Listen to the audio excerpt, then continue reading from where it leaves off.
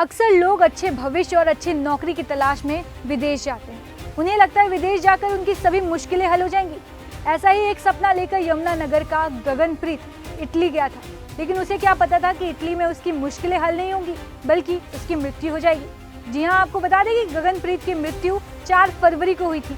वहीं अब 24 दिन बाद उसका शव यमुनानगर लौट आया है।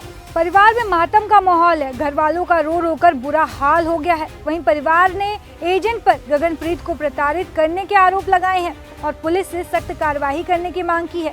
बताया जा रहा है कि गगनप्रीत अपने पिता के लिए इलाज के लिए कर्ज लेकर पैसा कमाने विदेश गया था। गगनप्रीत के पिता 18 साल से अपने बिस्तर से नहीं उठ पाए हैं। वहीं पीड़ित परिवार ने एजेंट समेत परिवार के 4 लोगों पर कार्रवाई करने की मांग की है।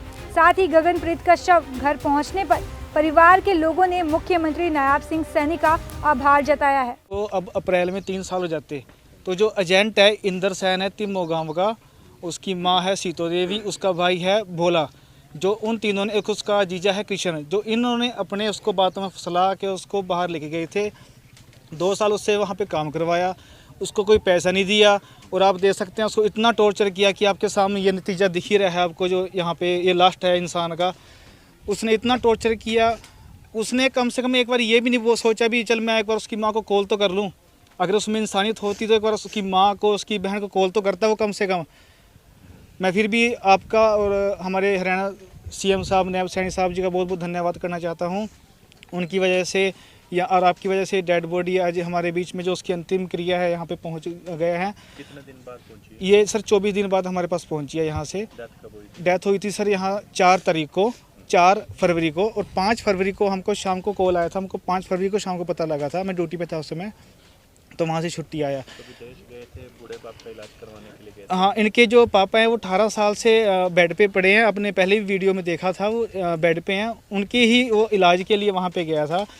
मैं सीएम साहब से यही गुजारिश करता हूँ कि सर जैसे कि इसके आपने ये, मैं धन्यवाद करता हूँ आपका, धन्यवाद एक बार दोबारा फिर करूँगा जब उसके खिलाफ सख्त से सख्त कार्रवाई होगी, उसकी माँ के, उसके भाई के और उसके जो जीजा है कृष्ण के खिलाफ। तंग करते थे वो? सर बहुत टॉर्चर करते थे। मेरे पास ऐसी रिकॉर्डिंग है, मैं आपको भेज भी दूंगा। रिकॉर्डिंग है वो जो वहाँ से रिकॉर्डिंग आई है। ऐसे लोगों पे कार्रवाई होनी चाहिए। सर कार्रवाई होनी चाहिए। हमने तो, हमारा तो बच्चा चला गया यहाँ से, लेकिन किसी दूसरी माँ का, किसी बहन का भाई ना जाए, पिता का सहारा यहाँ से ना जाए कोई ऐसे। तो गगनप्रीत के जाने से काफ़ी क्षति हुई है, काफ़ी नुकसान हुआ परिवार का?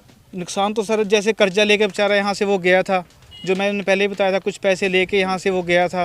और ऊपर से वहाँ भी जो उसने काम किया 2 साल, वहाँ भी उसके कोई पैसे नहीं दिए उसको, और टॉर्चर किया, अलग किया। तो ऐसे एजेंटों पे कार्रवाई होनी चाहिए, सख्त से सख्त कार्रवाई होनी चाहिए सर। कंप्लेंट दिया आपने? कंप्लेंट दिया सर हमने, ये एप्लीकेशन सीएम नायब सैनी साहब के पास दी थी, वही फिर एसपी साहब के पास गई।